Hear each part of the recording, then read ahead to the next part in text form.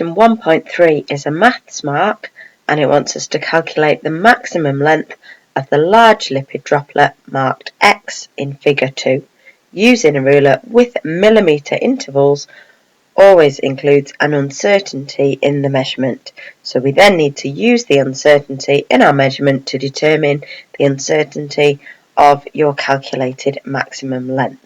So the first thing we're going to do is calculate the maximum length of the large lipid droplet. So we are looking for the lipid droplet marked X and we are using a ruler to try and measure the maximum distance. We can see from the diagram that we also have a magnification of times 500 on our diagram. So we now need to put our measurements into the equation. So we take our measurement of 4 millimeters. We multiply it by 1,000 to convert that to micrometers. Now we need to take into account the magnification. So we use our equation image size divided by magnification.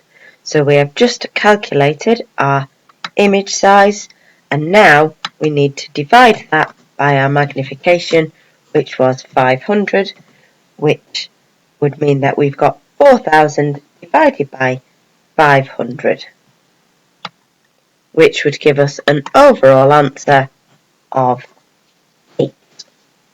We then need to look at calculating the uncertainty of our measurements. So we take into account that we are using a millimetre ruler and the uncertainty will be 0.5 on a ruler that has millimetre intervals. This is because it's always half of the smallest measurement. So if each measurement is 1 millimetre, then half of that would be 0.5. There is an area for error at the beginning of the measurement of 0.5 and an area for error at the end of the measurement, which would mean that we have 2 areas of uncertainty. So overall, our areas of uncertainty would be 1 millimetre for using this piece of equipment. We then need to take our millimetre measurement and convert it into micrometers. So we take our 1 millimetre and we times it by 1,000, which would give us 1,000.